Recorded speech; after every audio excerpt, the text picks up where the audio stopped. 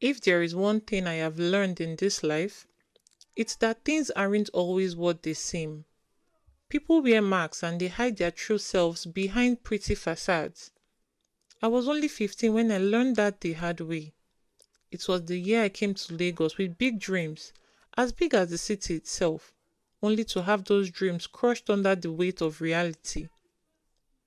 Growing up in the village, I was the girl everyone thought would make something of herself. I was always by my mother's side, helping her with her sewing. She was the best seamstress in our small village, and she taught me everything she knew.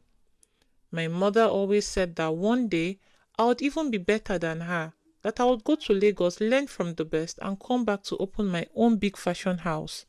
It was her dream, and she also made it mine. When the time finally came, my mother was so proud.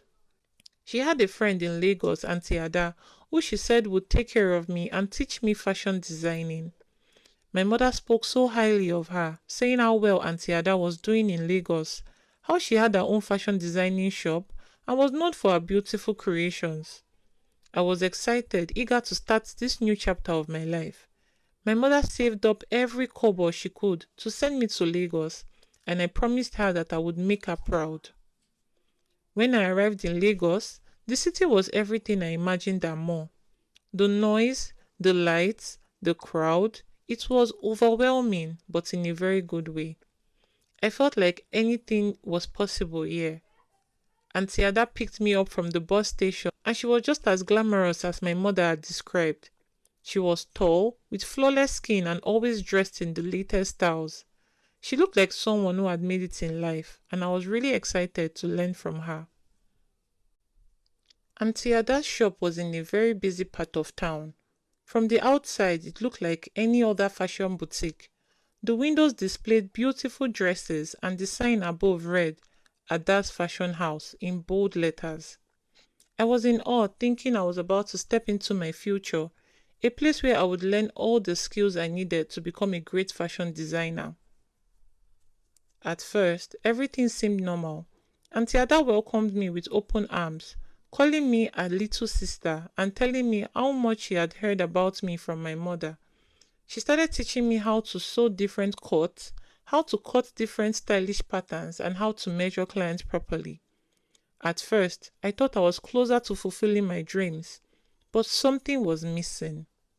There was no real passion in her teaching, no eagerness to see me succeed.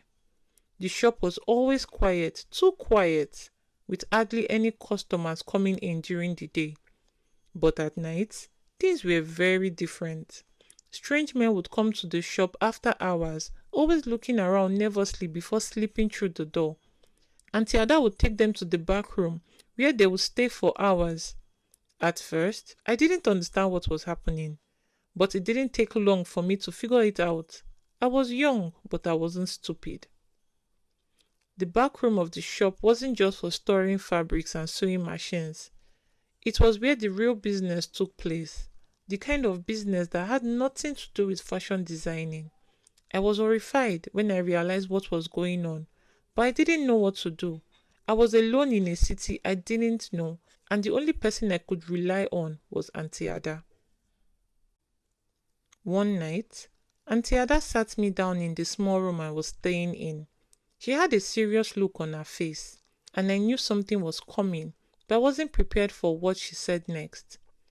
Amara, you're a big girl now, she began, her voice calm and steady. See, Lagos is a tough place, and fashion designing alone would not put food on your table. Especially not at first. You have to be very smart to survive here. I nodded, not really understanding where she was going with it. I thought maybe she was going to offer me some advice on how to attract more customers or how to improve my sewing skills. Look, she continued, there are other ways to make money. Real money. You're a beautiful girl, Amara. Men will pay good money to spend time with you. It's nothing to be ashamed of. Everyone do it here, and that is how things work in this city. My heart started pounding in my chest as her words sank in. I wanted to believe I had misunderstood her, but the look in her eyes told me I hadn't. Auntie, I don't understand. I stammered, hoping she would say something to make it all make sense, to make it seem less terrifying. She sighed, as if she was disappointed that I wasn't catching on quickly enough. Amara, the fashion shop is just a front though. It brings in some money, sure, but the money is not enough. The real business is what happens after hours, and now it's time for you to start contributing. I was shocked, terrified, and confused all at once. This was not what I came to Lagos for. I wanted to be a fashion designer, not whatever this was. But Aunty Ada was relentless. She didn't care about my dreams or what I wanted. All she cared about was making money, and she was determined to drag me into her world. You don't have a choice, Amara, she said firmly. You are in Lagos now. You have to survive, and this is how we do it. I wanted to say no. I wanted to run back to my village, to my mother, and forget any of this had happened. But where would I go? Where do I start from? How would I survive on my own in this massive city? I was just a 15-year-old girl with no one else to turn to. And so, I gave in. I started working the night just like Aunty Ada. At first, I thought I would die of shame. But over time, I became numb to it. I had to, or I wouldn't have survived. Every night, I told myself this was just temporary, that one day I would save enough money to leave this life behind and start afresh. But deep down, I knew I was trapped. As the months passed, the shop became more and more of a facade. The clothes in the windows were just for show. The real business was in the back of the room, where Aunty Ada would bring in her clients, and I became just another part of that business. I always thought that once I had enough courage, once I was ready to run, I would find my way back to my dreams. But Lagos doesn't work like that. I was only 15 when I came to this city, full of hopes and dreams. By the time I was 16, I was already neck deep into something I couldn't escape. I had been with Aunty Ada for almost a year when things started to get worse. Every night, I convinced myself that it was temporary, that I would find a way out. But the truth is, the deeper you go into this life, the harder it is to claw your way out. Aunty Ada always seemed in control. She had clients wrapped around her fingers. Men would come late at night, slipping into the back room, leaving wads of cash on the table. But I started to notice things. There was tension in the air. Aunty Ada wasn't always as calm as she used to be. She was jumpy, always looking over her shoulder. And then there were visits from men that I had never seen before, dangerous looking men. It was one night, after everyone had left, that I overheard the conversation that changed everything. I was in the back room folding some fabric when I heard the door creak open. I stayed quiet, thinking it was just another late night client. But the voices that followed me were different, tense and angry. "You owe me, Ada," a man's voice growled. I know, Aunty Ada replied, her voice low but nervous. "I will get you the money. I just need a little more time, please." "You've had your time," the man snapped. "Now you have to pay up or we will take what is yours." There was a pause and I felt my stomach twist with fear. Then I heard the man again. "You see that girl you have here? What is that her name? Amara, right? She is young and fresh. We will take her to cover your debt, and she will make enough to settle things, maybe even more." Immediately I heard this, my heart dropped. I stood frozen behind the curtain, my hands shaking. They were talking about me. They wanted to use me to pay off Aunty Ada's debt. I couldn't breathe. I couldn't think. All I knew was that I had to get out of there, now. "I just need a little more time," Aunty Ada pleaded again. But the man wasn't having it. "You've run out of time, Ada. If you don't deliver the girl by the end of the week, we'll come for her ourselves," the man said. I didn't wait to hear the rest.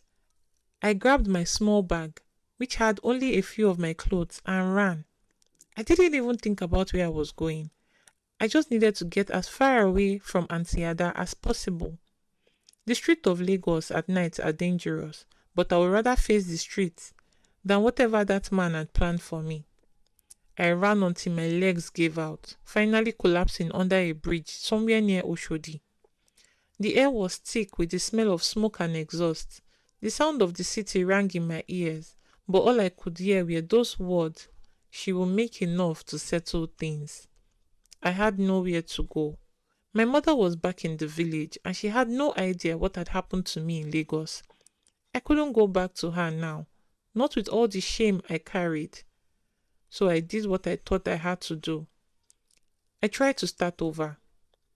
I tried to live on my own, thinking I could somehow make an honest living of myself, follow my dreams of becoming a fashion designer, and leave everything behind.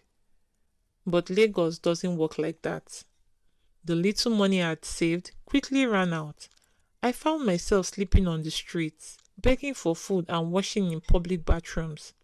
And the more desperate I became, the more I realized I was trapped in the same cycle I thought I had escaped. The streets of Lagos are not kind to girls like me. Eventually, I fell back into the only thing I knew: prostitution. It wasn't really a choice anymore. It was now survival. And so, I found myself right back where I started, selling my body just to get by. But this time, there was no Aunty Ada, no backroom to hide in. I was on my own. What do you think happened next? Please like, subscribe, and turn on the notification bell so when I post the next episode, you will be among the first to watch. Thank you and remain blessed.